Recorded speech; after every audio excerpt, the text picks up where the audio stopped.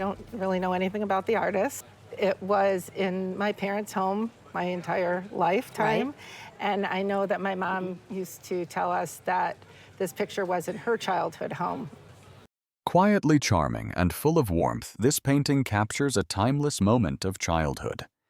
The artist is John George Brown, born in Durham, England in 1831, who later became one of the most recognized genre painters in 19th century America. Originally trained as a glass cutter in Edinburgh, Brown pursued art alongside his trade before moving to London and eventually emigrating to Brooklyn in 1853. He built his career in New York, becoming a member of the National Academy of Design, as indicated by the initials N.A. in his signature. Brown is best known for his depictions of children, often street boys, such as bootblacks or newsboys, portrayed with resilience and optimism despite humble circumstances. This painting, however, is slightly different. It features a young girl, a subject he explored more occasionally, especially earlier in his career, titled Making Houses of Sand. The work dates to around circa 1880.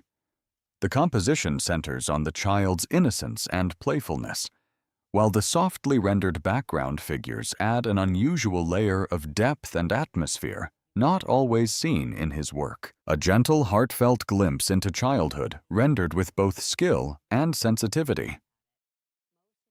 I think that in a gallery in New York in particular, the painting would sell for $150,000. Oh my gosh! Oh my gosh! I had no idea. I'm gonna start crying. I had no idea. Thank you. I had no idea. Oh my gosh. Wow. Thank you. Oh, you're welcome. Thank you.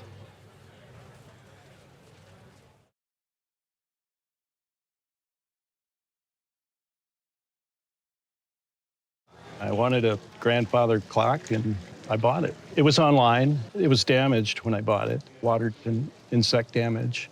So I had it restored. They added new feet, and the scroll on top was damaged as well.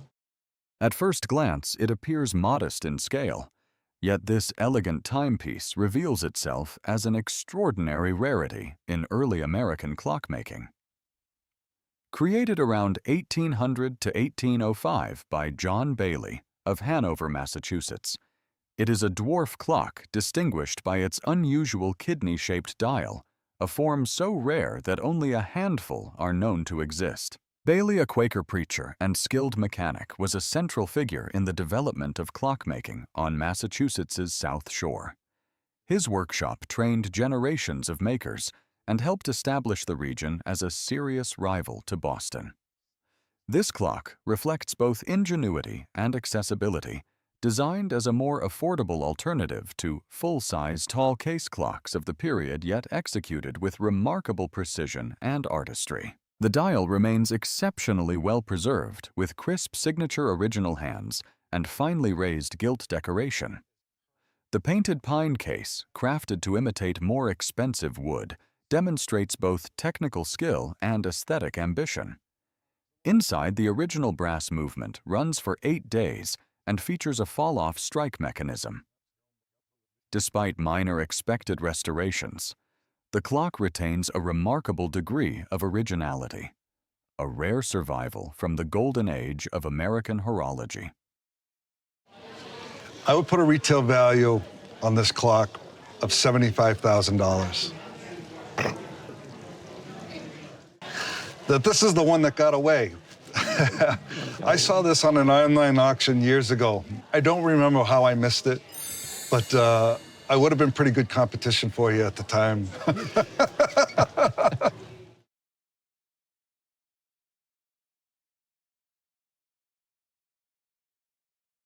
We had friends, a wonderful older couple who collected art and wine and beautiful things. And on Christmases and birthdays, around their beautiful dining room table, they would come out and they'd bring a painting or a piece of silver or a piece of jewelry like this and gift it to us. Light fluid and almost alive, this brooch reflects a moment when jewelry became sculpture, Created around 1960 by Pierre Sterlet, one of Paris's most innovative jewelers. The piece captures his signature ability to transform nature into motion. Sterlet trained in his uncle's workshop before refining his craft with leading houses like Boucheron and Chaumet, eventually opening his own atelier in 1934. He became known for pushing boundaries, especially through his use of unconventional gemstones and dynamic lifelike forms. Here, the design takes the shape of a hummingbird, a subject Sterlet returned to often. The head is carved from ruby zoisite, a natural stone where ruby crystals form within a green matrix, giving it a striking, almost painterly appearance. The body and wings are crafted in 18-karat gold, with finely textured surfaces that suggest feathers in motion. Small diamonds set in platinum over gold add subtle highlights that catch the light without overpowering the form. Signed Sterlet. Paris and bearing French assay marks, the brooch is a refined example of mid-20th century French jewelry where elegance meets innovation. I would put this in for $30,000. Really? I'm not done. Really? I can't believe it. That's the low, $30,000 to $50,000. I can't believe it. It's just beautiful, isn't it?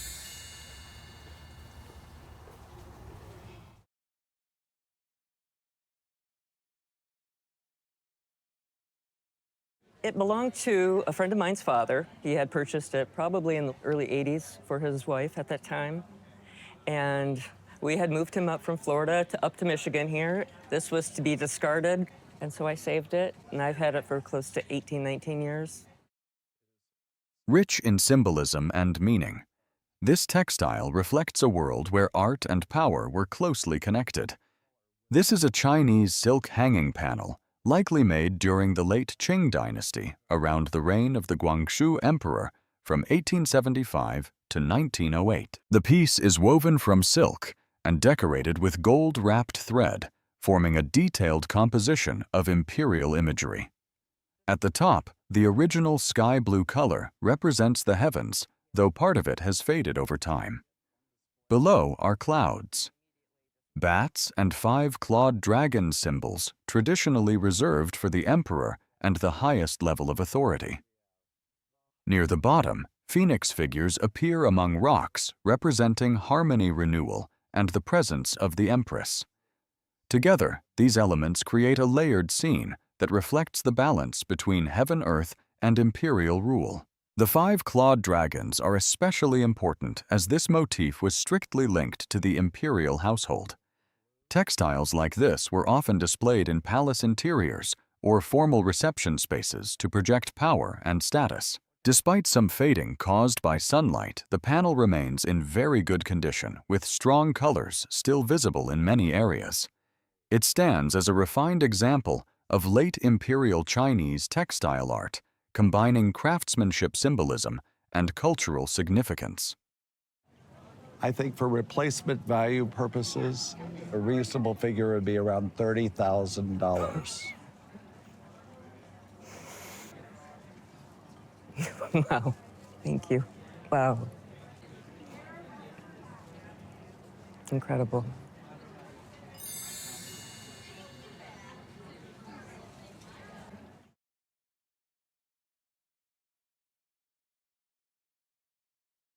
I love golf. I've played since I was a kid. This locket was given to the architect of the Eisenhower cabin at Augusta National.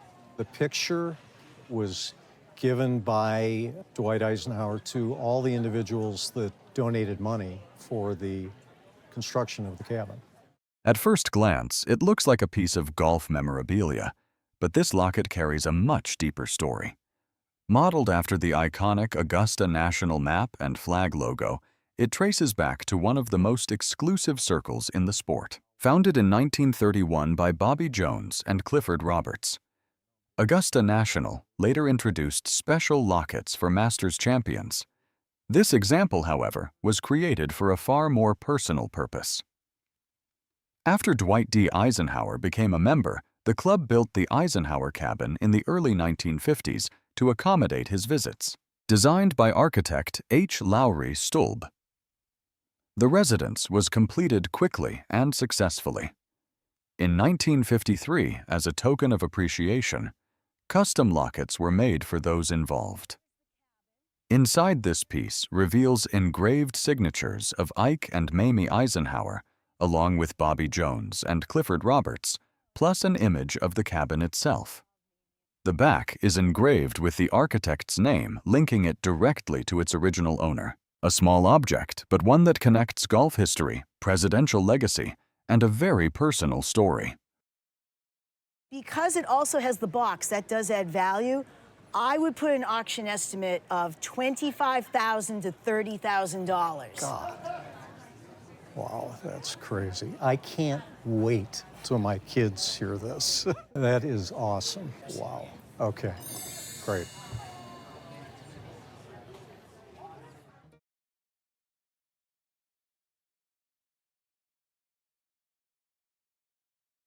Well, this is a Tiffany, maybe, right? A diver's helmet, I think. Okay. That's all I know. It looks more like a relic pulled from the depths of the sea than a work of fine design. Yet this striking object reveals itself as something far more unexpected. Created around 1900 to 1910. By Tiffany Studios, this is a rare diver's lantern, a distinctive lighting form that reflects the experimental and decorative range of one of America's most celebrated design houses. Unlike the more familiar stained glass lamps, Tiffany Studios also produced objects inspired by utilitarian forms, elevating them through craftsmanship and design. This lantern, with its bold structure and sculptural presence, captures that spirit. Originally fitted with a base plate bearing the Tiffany signature, now lost, the piece still retains its characteristic proportions and construction. Over time, the lantern has developed signs of wear, including surface paint loss and replaced elements, yet these do not obscure its identity. The appeal lies in its rarity and unusual form sought after by collectors for its departure from traditional Tiffany designs. Even in compromised condition, it stands as a striking example of early 20th century American decorative arts. At retail today, $25,000 to $30,000. Holy Toledo. Wow. I'll be done. Well, thank you very much. I appreciate it. I'm going to enjoy happy hour tonight, I can tell you that.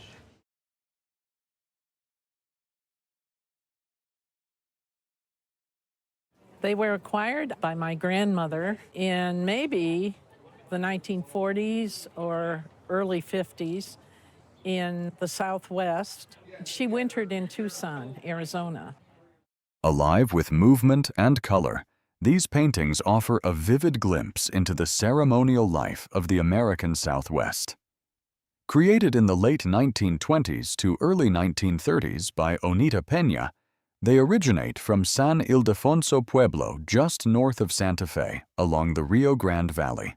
Onita Peña, also known by her Tewa name Kwa'a, was among the earliest Native American women to gain recognition as a painter.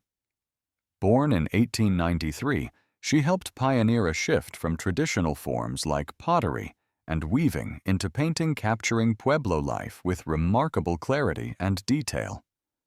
Her work is especially noted for its precision, documenting dances, rituals, and seasonal traditions tied to harvest and survival. Rendered in watercolor, these compositions are rich with cultural detail. One depicts a basket dance where figures carry elaborately decorated baskets adorned with turquoise coral and shell jewelry. Another shows hunters and attendants alongside musicians, while a third captures a deer dancer, part of an animal ceremony rooted in reverence for nature. Peña's attention to costume gesture and symbolism transforms each scene into both an artistic and ethnographic record. If it were coming up for sale in a retail situation, would be worth about $4,500.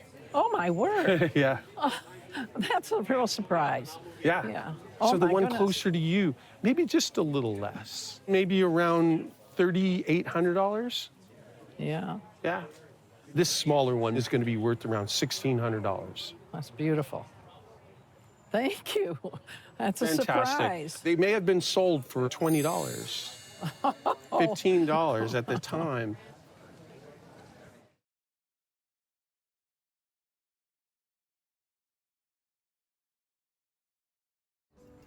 Probably around 2005. I had a good friend of mine that knew I loved Asian art. He saw these 2 lamps at a house sale. So he called me and he said, I've got some lamps that have your name on them. He shows up at the front door with these 2 lamps. I went, I'll take them. Thank you. They're beautiful. At first glance, these objects seem unrelated, yet together they reflect a layered story of craftsmanship and collecting across Asian traditions. The 2 Chinese vases, later converted into lamps, date to the early 20th century, around the 1920s. Decorated with stylized motifs, including small dragon forms and Buddhist symbols, they represent popular export designs of the period. Though altered, they retain decorative appeal, with values typically around $200 to $300 each. The lacquer box, inspired by 18th century Chinese forms, is actually a mid-20th century piece from the 1960s or 70s. Originally used as a presentation box, it reflects the lasting influence of classical styles with a value of about $200. The most compelling piece is the Japanese bamboo ikebana vase, an inventive and highly unusual object. Formed from natural bamboo, it is adorned with menyuki, small ornamental fittings once used on Japanese sword handles. Each element is finely crafted and accompanied by inscriptions identifying individual makers, suggesting they were once part of a curated collection. By assembling these pieces onto a single vessel, the maker transformed functional objects into a unified artistic surface.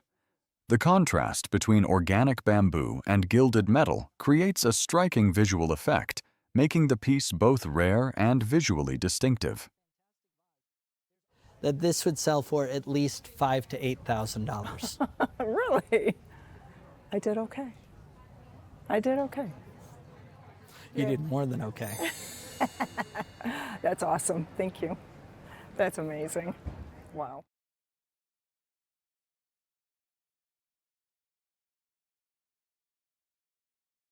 It's an old map of Lithuania, and it was given to my father from a prominent Detroit resident. My father was an oncologist, and he treated the man's wife.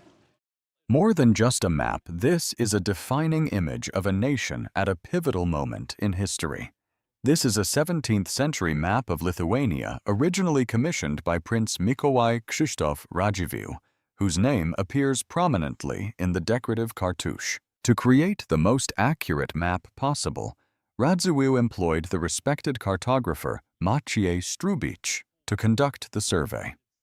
The final engraving was completed by Hessel Gerritz, one of the leading engravers in Amsterdam, and later published by Willem Jans Bleu, whose name appears in Latin form on the map. Although the map bears the engraved date 1613, that date was retained across later printings. This particular example is identified as a later edition, most likely from 1645, based on subtle changes in place names, including the appearance of Memel along the Baltic coast, printed in Amsterdam from copper plates and finished by hand with watercolor. This map is considered a foundational work often referred to as a mother map, as it influenced the mapping of this entire region for generations. A map of this caliber, even though it's the 7th state, would be in the value range of $7,000 to $8,000. That's great. Great. Yeah, it's not going anywhere. We'll keep it in the family forever.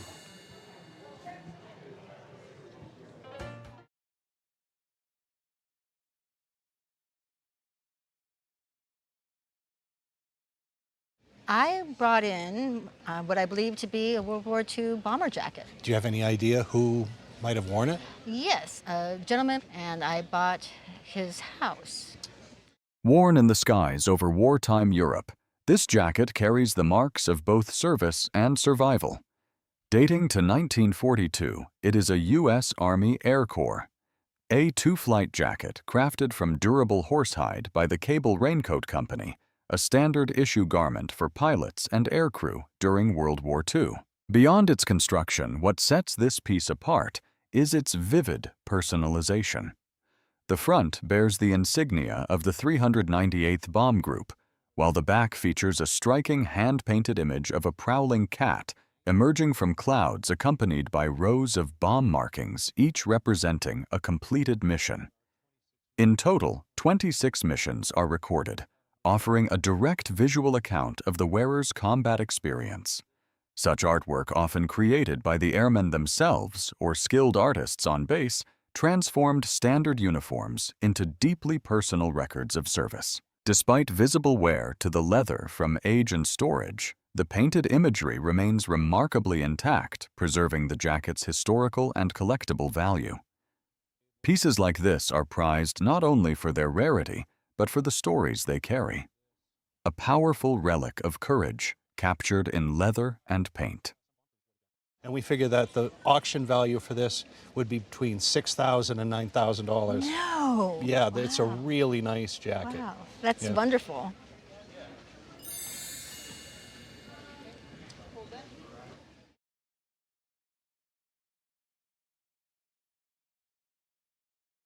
I received that from a dear friend. Her husband had passed. No one in her family was that into music, and she gifted it to me. It went from under her bed to under my bed and really hasn't been seen a whole lot. Tucked away for years, this instrument carries the unmistakable spirit of mid-century American music. This is a 1968 Gibson EB 2D electric bass built in Kalamazoo, Michigan, a period when Gibson was at the height of its innovation in electric instruments, modeled after the iconic ES-335 guitar. The EB2D features a semi-hollow body construction, a mahogany neck, and a short 30.5-inch scale length. Unlike earlier versions, this model includes two pickups, adding clarity and versatility to its tone, a significant improvement over the earlier single pickup design known for its heavier sound. The finish, originally a deep red known as sparkling burgundy, has aged over time into a warm copper hue, a natural transformation prized by many collectors. Accompanying the bass is a 1966 Ampeg B 18N Portaflex amplifier, a classic all-tube design with an 18-inch speaker and a distinctive flip-top cabinet. Together, they represent a complete snapshot of vintage performance gear from the golden era of electric music. For this instrument, at retail, you're looking at between $4,000 and $6,000 for this instrument in its color and condition. You also have the original case. What a great gift. Yeah. The amp at retail, we are looking at about $2,000 to $2,500. Okay. Wow. It's one of my favorite things about guitars, that they age clearly, like this. we both love copper. Yeah, we're big copper fans.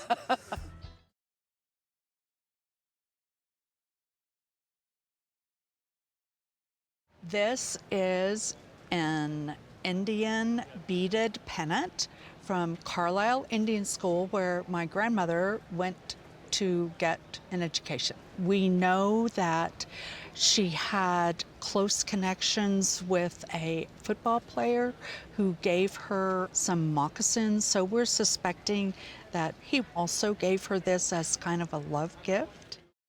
It may be small in size, but this beaded pennant holds within it a deeply layered story of culture adaptation and identity. Created around 1912 at the Carlisle Indian Industrial School, it reflects a pivotal moment in Native American history, when traditional artistry persisted within an environment shaped by forced assimilation, handcrafted by a Native American woman. The pennant displays meticulous beadwork, each element carefully arranged to form both pattern and meaning.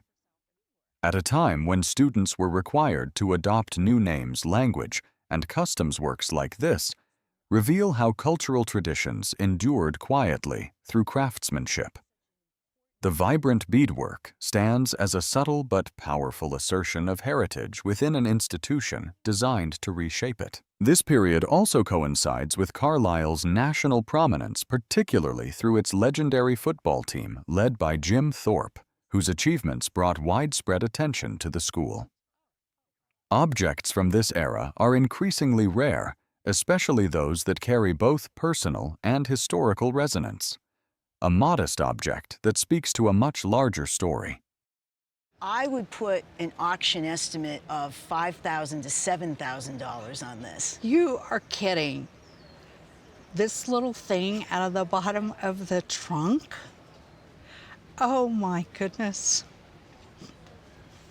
I would insure it for no less than $15,000. Oh my goodness. Well, okay, I better get that done pretty soon. Thank you.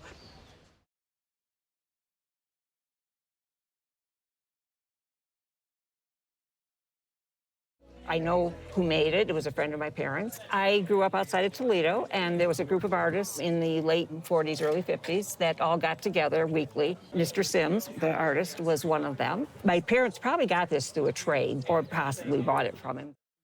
At first glance, its quiet, abstract form feels almost understated, yet this sculpture marks the early emergence of a significant artistic voice.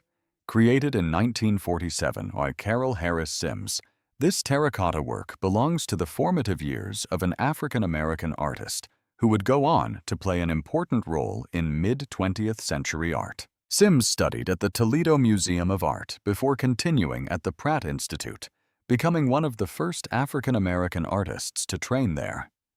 His later career took him to Texas Southern University, where he worked alongside influential figures such as John Biggers, helping shape a new generation of Black artists.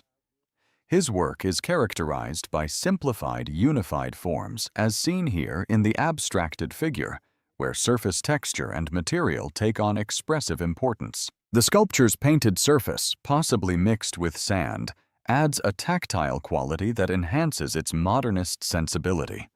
Early works like this are especially rare, as much of Sims' output remained outside the commercial market. This piece offers a rare glimpse into the beginnings of an artist whose legacy continues to grow. Because this is uncharted territory, conservatively between $5,000 and $10,000. Wow. Well, that's kind of cool. I guess I'll keep it out. I think it's a wonderful, wonderful example. Cool.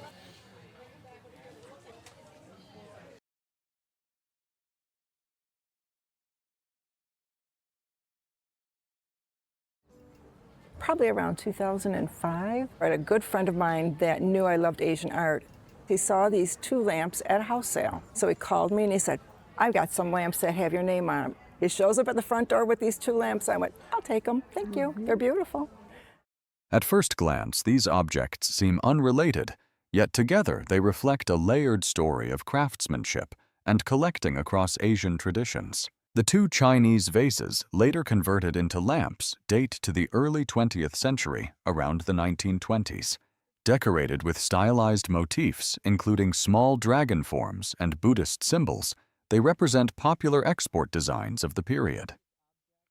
Though altered, they retain decorative appeal, with values typically around $200 to $300 each. The lacquer box, inspired by 18th century Chinese forms, is actually a mid-20th century piece from the 1960s or 70s. Originally used as a presentation box, it reflects the lasting influence of classical styles with a value of about $200. The most compelling piece is the Japanese bamboo ikebana vase, an inventive and highly unusual object. Formed from natural bamboo, it is adorned with menyuki, small ornamental fittings once used on Japanese sword handles. Each element is finely crafted and accompanied by inscriptions identifying individual makers, suggesting they were once part of a curated collection. By assembling these pieces onto a single vessel, the maker transformed functional objects into a unified artistic surface. The contrast between organic bamboo and gilded metal creates a striking visual effect, making the piece both rare and visually distinctive. That this would sell for at least $5,000 to $8,000. Really? I did okay. I did okay. You did more than okay. That's awesome. Thank you. That's amazing. Wow.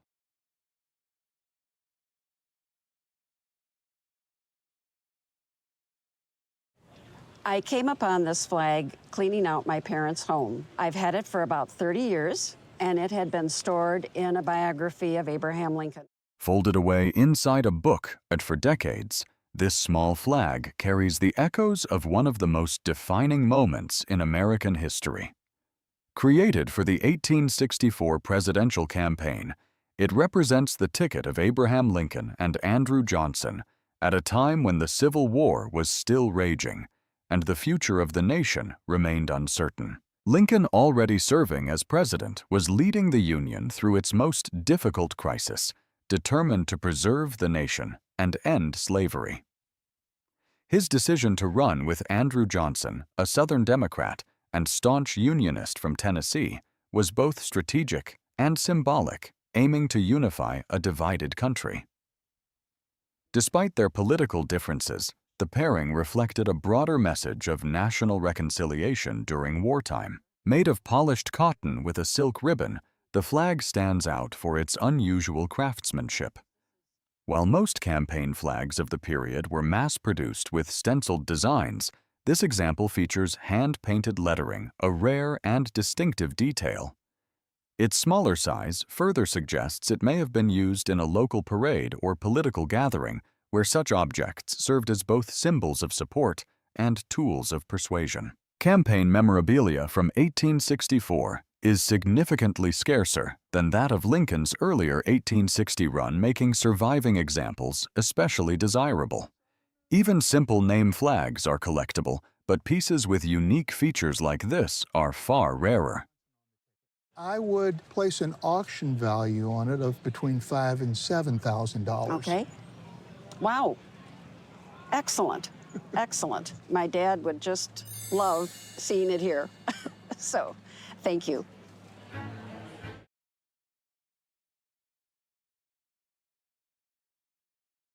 When I got married, my mother-in-law gave these to me, and they were my husband's great-grandmother, and she lived in England. I've worn them a few times. Rich in color and sentiment, this complete jewelry suite captures the elegance of a bygone era. Dating to the late Victorian period circa 1880s, it is a rare example of a bohemian garnet parure, a full matching set designed to be worn together for maximum visual impact. The set includes a necklace, bracelets, earrings, and a brooch that can be suspended from the central element, creating a dramatic and unified display. Each piece is set with pyrope garnets prized for their deep raspberry red hue that can appear almost purple in certain light. These stones were mined in the region once known as Bohemia, now part of the Czech Republic, and were widely favored across Europe and America during the 19th century. Crafted with closed-back settings and gold-toned mounts over base metal, the design enhances the intensity of the stones while reflecting typical construction of the period. The survival of the entire set, along with its original fitted box, is particularly uncommon, as many such suites were broken up over time. Today, pieces like this are valued as much for their completeness as for their beauty, a striking reflection of Victorian taste and craftsmanship. A whole suite in its original box would probably bring somewhere in the neighborhood of $5,000. Great. I mean, I don't want to ever sell it. I'm going to pass it on. You could insure it for the same amount. I actually thought it was going to be more.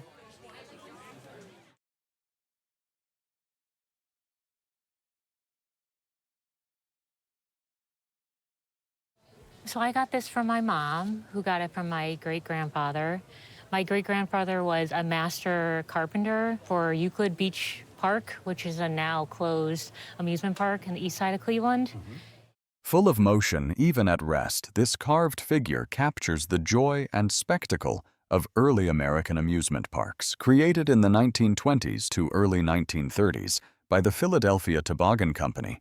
It is a salesman's model carousel horse designed to showcase the artistry and craftsmanship of full-scale carousel figures. Founded in 1904, the Philadelphia Toboggan Company became one of the leading manufacturers of carousels and roller coasters in the United States.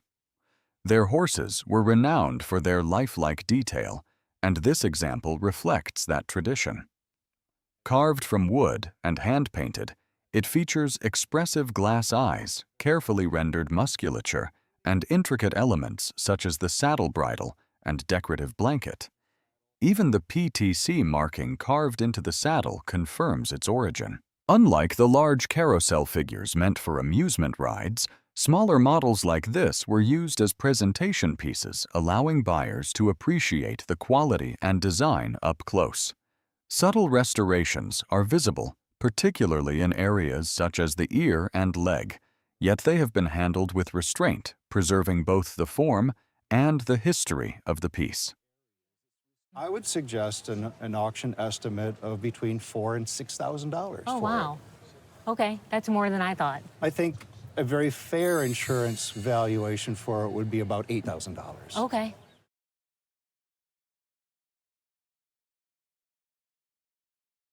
It's been in the family a number of years, maybe 5, 10.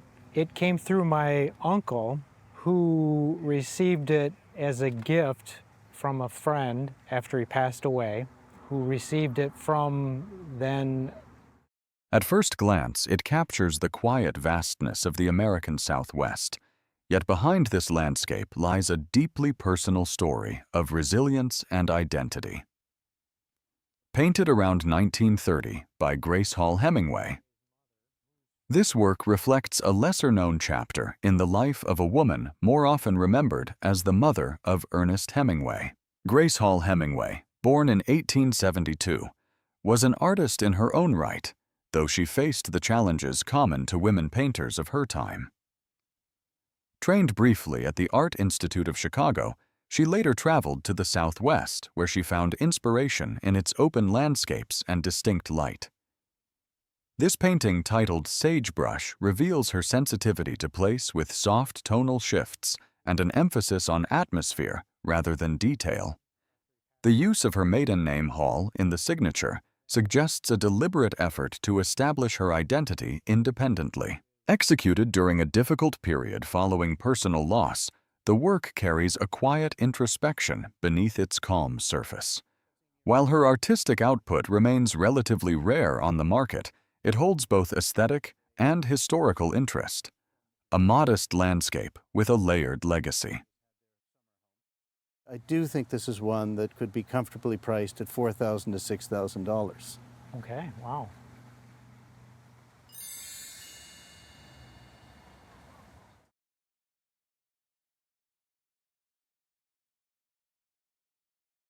In like 1989, I was working at a government facility in Lexington, Kentucky. They were getting ready to do a bunch of renovation. I kept seeing all these dumpsters, and I saw some stuffed lamps and things I thought was pretty nice.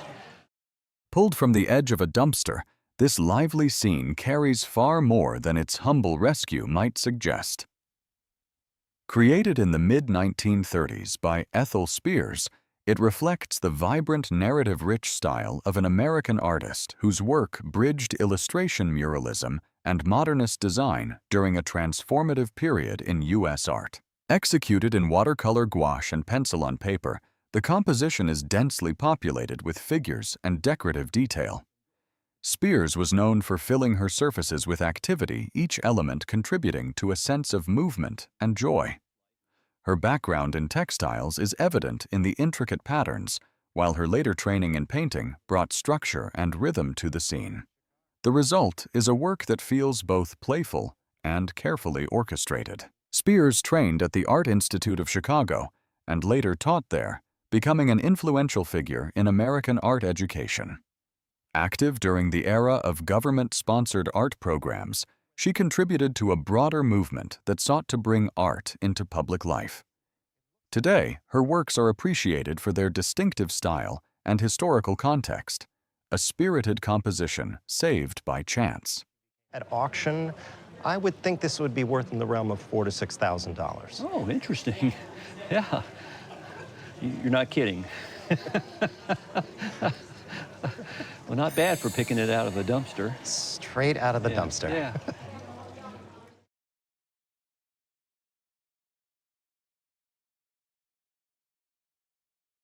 This is a silk tapestry.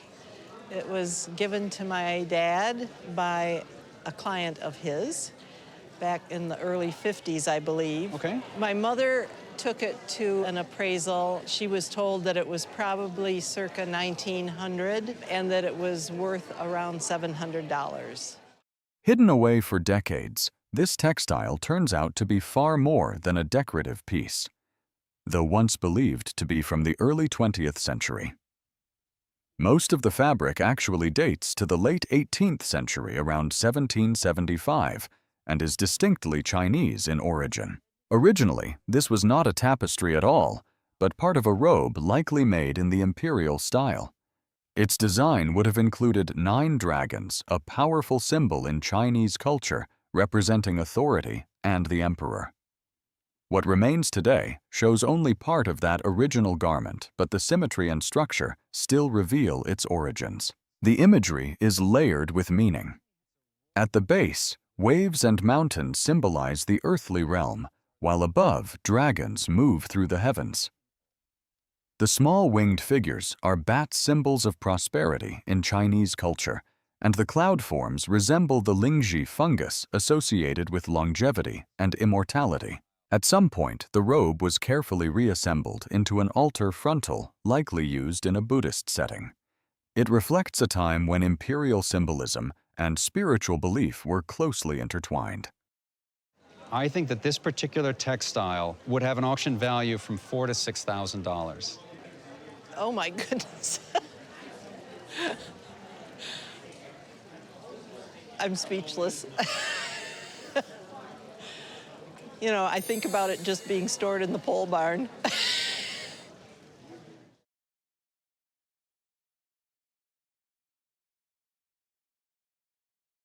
Well, I have a Evelyn Ackerman mosaic that I picked up a few years ago in an antique mall locally. I paid $100 for it. What started as a simple antique mall find turns out to be a striking example of mid-century modern design. This mosaic was created by Evelyn Ackerman, one of the most influential American artists of the 20th century, with roots tracing back to Detroit, Michigan, where both she and her husband, Jerome Ackerman, were born and trained. In the mid-1950s, Evelyn began designing these vibrant glass mosaics combining art and interior design in a way that defined the era. This piece, titled Birds in Cage, dates to around 1958 and is composed of Venetian glass tesserae arranged on a masonite backing. The bold colors and stylized forms reflect her distinctive approach, blending playfulness with modernist structure. Due to growing demand, production was eventually carried out by skilled artisans in Mexico City, based on Evelyn's original drawings and detailed color guides. The original wood frame remains intact, preserving the work as it was first sold. Once considered decorative art, Ackerman's work has seen a major resurgence in recent years, gaining strong recognition among collectors. We would conservatively estimate it between $4,000 and $6,000. Oh my. I see a lot of their pieces online, and I kind of keep an eye out for their work. I mean, it doesn't turn up a whole lot.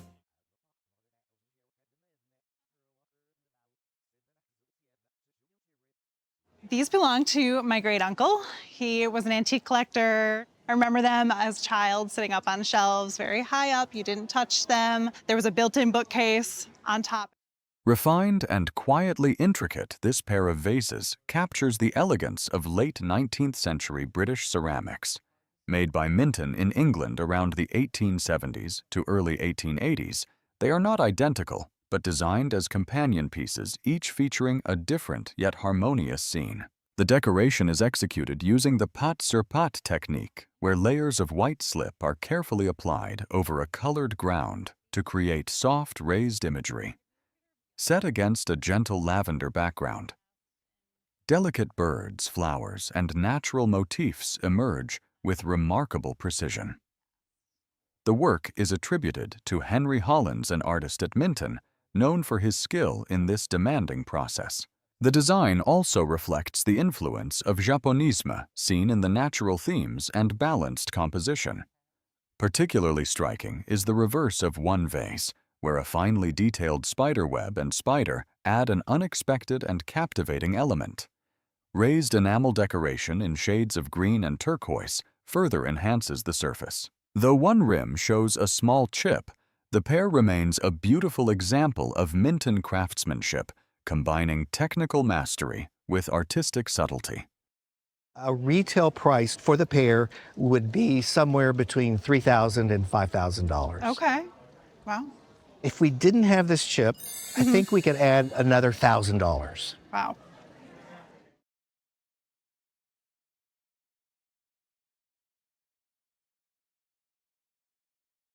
Well, I wasn't really expecting to come.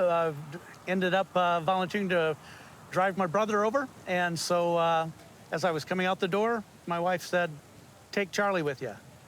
Faded at the edges, yet unmistakable in its charm, this image preserves a moment when cinema was redefining itself. This is an original 1931 lithograph poster for Charlie Chaplin's film City Lights, created at a time when the silent film era was on the brink of disappearance. Released 4 years after sound films had taken over City Lights stands as a bold artistic statement, Chaplin, already one of the most iconic figures in film history, chose to remain faithful to silent storytelling, relying on expression, movement, and emotion rather than dialogue. This decision, unconventional at the time, ultimately became one of the defining achievements of his career. Printed using traditional lithographic techniques, the poster captures the visual language of early 20th century cinema promotion with rich colors and expressive illustration.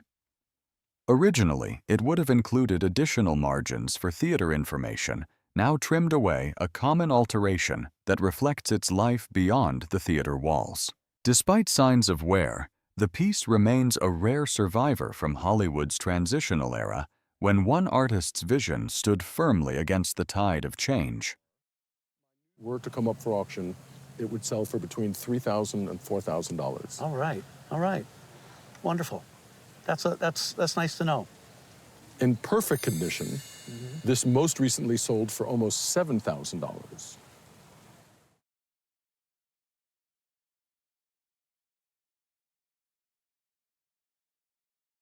I've got a Super Nintendo Donkey Kong Country competition cartridge. It starts up in the game, like right at the first level, and just goes for, I want to say 5-10 minutes, and then just shuts the game off. I'm assuming that either a friend gave it to me or I could have bought it.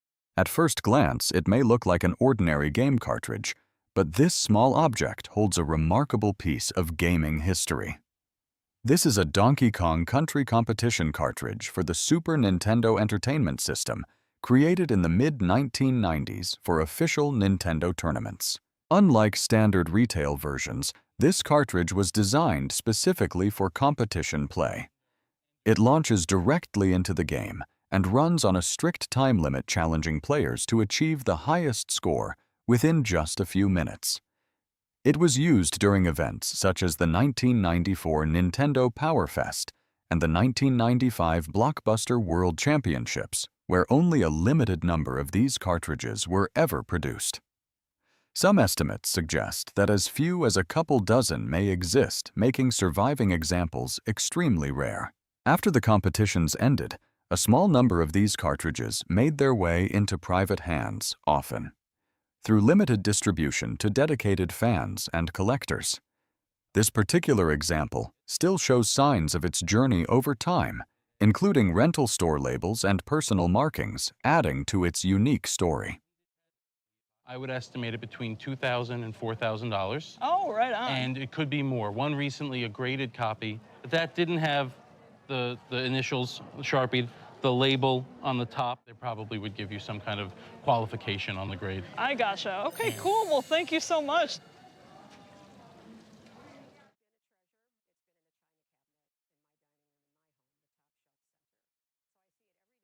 In 1967, we were on a family trip, my parents, my sister, and my brother, and it was to Washington, D.C. primarily, but then we did a little side trip to Monticello, and back then it had an antique/thrift shop, and my mother fell in love with this vase, and so my father bought it for her.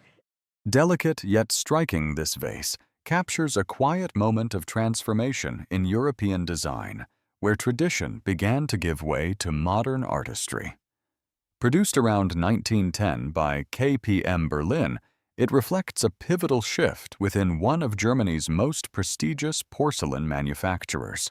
Founded as the Königliche Porzellanmanufaktur KPM, was long known for its richly detailed, often elaborate Victorian-style works.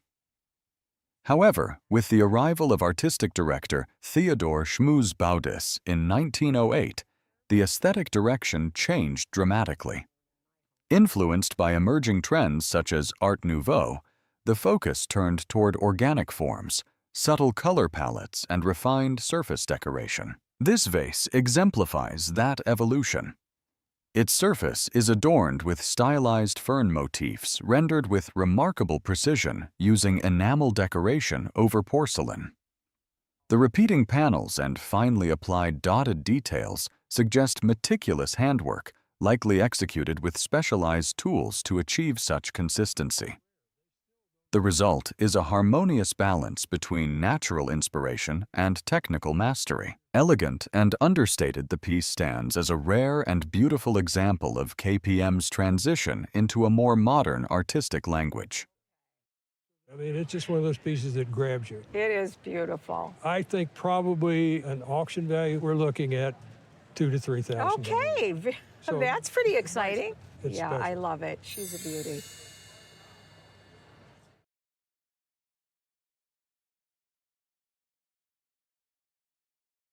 I brought today 3 dolls that belonged to my grandmother. I know they were important to her because she always kept them boxed up in her hope chest. Never let my dad or his brother play with them. They didn't even bring them out to display them. Tucked away for decades, these dolls offer a charming glimpse into American pop culture of the 1930s. They are a complete set of characters from the Blondie comic strip, including Blondie Dagwood and Baby Dumpling, produced around 1935 by Knickerbocker. The Blondie comic began in 1930 and quickly became popular as audiences followed the life of a young woman who eventually married and started a family. These dolls reflect that shift, presenting a relatable middle-class household. Made of composition, a molded material commonly used at the time. The dolls feature hand-painted faces, stylized hair, and exaggerated features true to the comic. What makes this set especially appealing is that all 3 dolls remain together in their original outfits and in excellent condition. A rare survival of a beloved comic family preserved just as it was meant to be. So I would say that a retail value for these dolls would be somewhere between $1,500 and $2,000 for the group. Wonderful.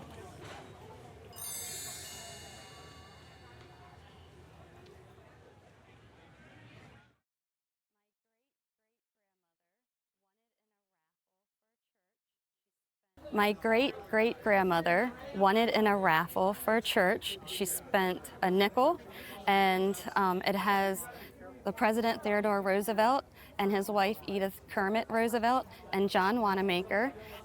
Stitched together with names, memories, and quiet ambition. This quilt captures a moment where community and history intersect. Created in 1904 in Philadelphia, it was likely made as part of a church fundraising raffle, a common tradition where craftsmanship and social networks came together for a shared purpose. Each square tells part of the story. Intricately pieced and signed, the quilt features the names of church members' contributors and prominent figures of the time. Among them are President Theodore Roosevelt and First Lady Edith Roosevelt, as well as John Wanamaker, the influential department store founder whose signature appears in its recognizable form. These names suggest not only local participation, but also connections to wider social circles and public life. The quilt's design reflects both collaboration and skill with detailed patchwork and carefully arranged inscriptions. Though some fading is visible, it remains a vivid document of early 20th century American life, where fundraising craftsmanship and civic pride were closely intertwined. I would put a retail value on this piece of $1,000 to $1,200. Okay.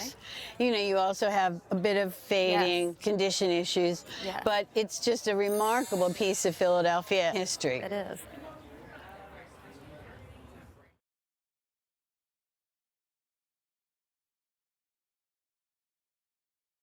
It was at my grandmother's house as long as I can remember. I have really early memories of trying to climb up into it. And actually, she lent it to my mom when she had me, so it predates my memory a little bit. Few designs capture the spirit of modern living as effortlessly as this iconic form. Created in 1960 by Charles and Ray Eames, this molded fiberglass rocking chair represents a defining moment in mid-century American design where innovation met everyday comfort. First introduced shortly after World War II, the Eames molded chair revolutionized furniture by using new materials and mass production techniques.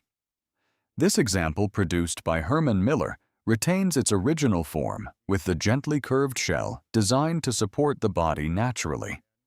Early versions featured rope edges, but by 1960, the design had evolved into a cleaner, more refined construction while maintaining its distinctive silhouette. The combination of industrial materials with organic shape reflects the Eames philosophy of accessible design, bringing modern aesthetics into the home. Even subtle details, such as the stamped production date beneath the seat, connect the piece to a specific moment in design history. Today, these chairs remain highly sought after, valued both for their functionality and their lasting influence on modern interiors. And so I would estimate at auction this chair to bring $800 to $1,200. Wow, all right, yep. That blows right past what I was expecting. That's awesome.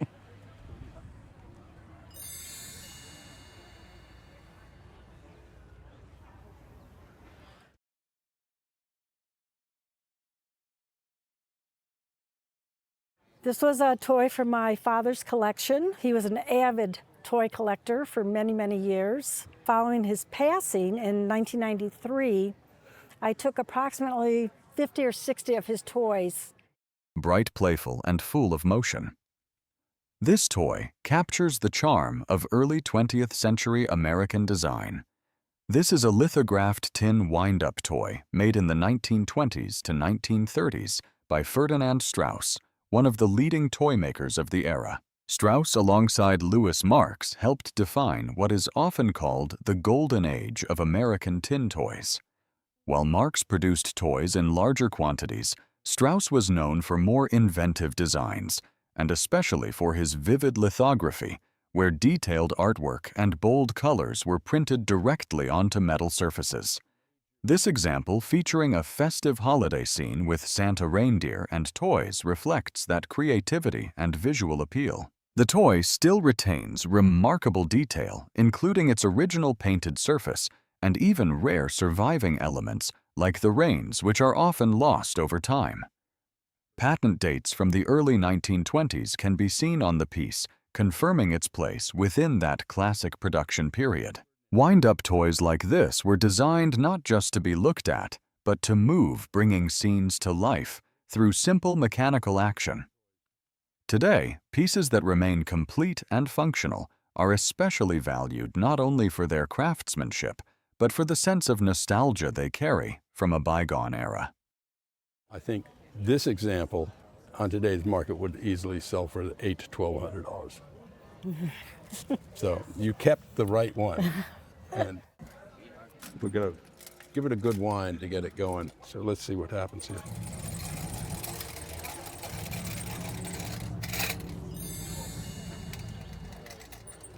And now he's coming back.